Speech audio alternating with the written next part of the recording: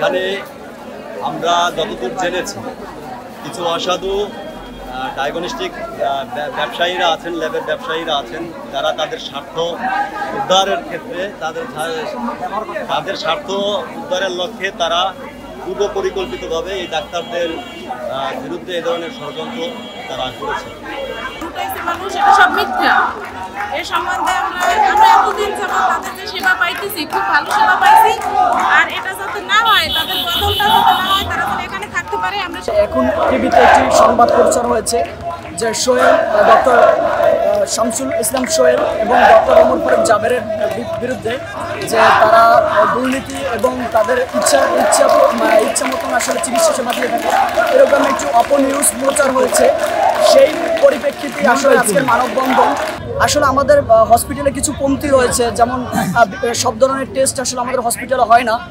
তো আসলে যে আমাদের যে হসপিটালে যে কমতিগুলো রয়েছে, সেই কমতিগুলো যদি আসলে পরিপূর্ণ করা যায়, তাহলে আমাদের যারা ডক্টর রয়েছে, যারা চিকিৎসা দিচ্ছেন, তাদের পক্ষে আসলে আরও প্রপারলি চিকিৎসাটা দেওয়া সম্ভব হবে।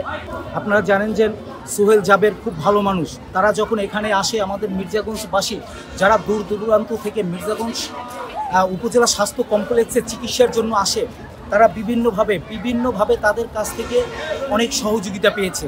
এমন মুহূর্ত হয়েছে, অনেক সময় তাদের বরিশাল বা পটুয়াখালী যেতে হয় নাই, বড় বড় রোগের সমস্যাও তারা সমাধান করে দিয়েছে। এবং তারা আমাদের সাথে, রুগীদের সাথে এমনভাবে ব্যবহার করতো, মনে হয় আমরা একই ফ্যামিলির লোক, এভাবে ব্যবহার করতো। কিন্তু দুঃখের বিষয়, এখনও আমাদের মাঝে, আমাদের এই উপজেলা স্বাস্থ্য কমপ্লেক্সে এখনও কিছু দালাল চক্র আছে, যে চক্রের দৌরত্বের কারণে, যাদের ষড়যন্ত্র কারণে এই দুটি ভালো মানুষ সোহেল এবং জাবেরের বিরুদ্ধে আজকে এই ষড়যন্ত্র করা হয়েছে। ডক্টর সোহেল এবং জাবের এরা খুবই মানবিক এবং গরিব অসহায় মানুষের উপকার ছাড়া ক্ষতি হয় না, আমার যতদূর দেখছি আমার চোখে।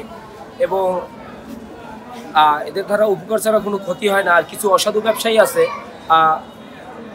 এরা আর কি সিন্ডিকেটের কারণে এই সম্ভবত এটা হয়েছে, আমরা যতদূর বুঝতে পারতেছি। এমনি এদের দ্বারা কারো উপকার ছাড়া ক্ষতি হয় না, আমি যতদূর দেখেছি। কিন্তু ঘটনা হলো যে আমাদের দুজন ডাক্তার কিন্তু বদলি হয়েছে, কিন্তু পরবর্তীতে আমার ডাক্তার না দেওয়া হয়, নাহলে তার মহা সংকটে পড়ে যাবে। তো দুজন ডাক্তারকে বদলি করা হয়েছে, কি কারণে বদলি করা হয়েছে এটা একদম স্পষ্ট না। তবে আমার কাছে মনে হচ্ছে এখানে কিছুটা ষড়যন্ত্র থাকতে পারে। ধন্যবাদ। আমাদের এখান থেকে সম্প্রতি ডক্টর জাবির এবং ডক্টর সোহেল তাদেরকে বদলি করা হয়েছে মির্জাগঞ্জ উপজেলা স্বাস্থ্য কমপ্লেক্সটি। এখানে মির্জাগঞ্জ উপজেলায় শুধু না, বাকেরগঞ্জ এবং বরগুনার অনেক পেশেন্ট এখানে আসে। আমাদের সমগ্র বাংলাদেশি ডাক্তার সংকট রয়েছে, সুতরাং কর্তৃপক্ষের কাছে আশা থাকবে যে যদি এখানে তাদেরকে পদায়ন রাখা যায় সেটি। আর তাদের বিরুদ্ধে যে অভিযোগ আছে নিশ্চয়ই তাদের ডিপার্টমেন্ট সেটি তদন্ত করে দেখবে।